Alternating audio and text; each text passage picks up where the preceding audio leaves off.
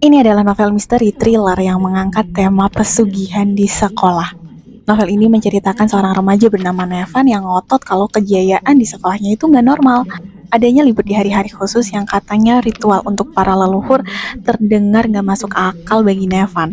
Keinginan dia untuk menguak keanehan di sekolah itulah yang akhirnya membuat Nevan nekat mengungkap sendiri kejanggalan di sekolahnya. Meskipun banyak sahabatnya yang menentang apa yang ingin dia lakukan. Dan sayang sekali karena apa yang dilakukan Evan justru mengorbankan nyawanya sendiri.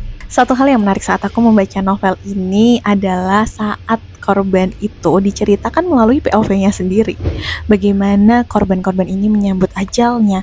Jujur aja itu sempat bikin aku merinding sih. Jadi ya, kita sebagai pembaca udah tahu nih detail kejadiannya. Tapi para tokoh yang ada di novel ini itu belum tahu apa-apa dan itu bikin seru sih karena kita kayak jadi saksi mata tapi kita nggak bisa bantu tokoh-tokoh di dalam cerita ini.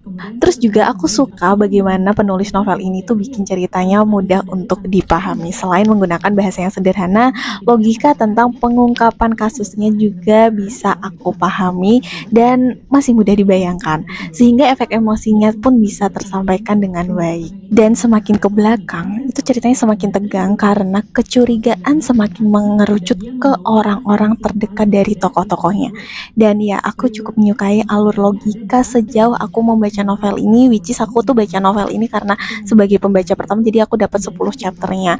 So untuk kelanjutannya silahkan kamu baca sendiri ya novel ini. Kalau kamu ikut di masa PO untuk novel ini kamu bakal bisa milih spesial paket-paketnya, jadi kamu langsung aja cek kiri bawah. Semoga kamu beruntung.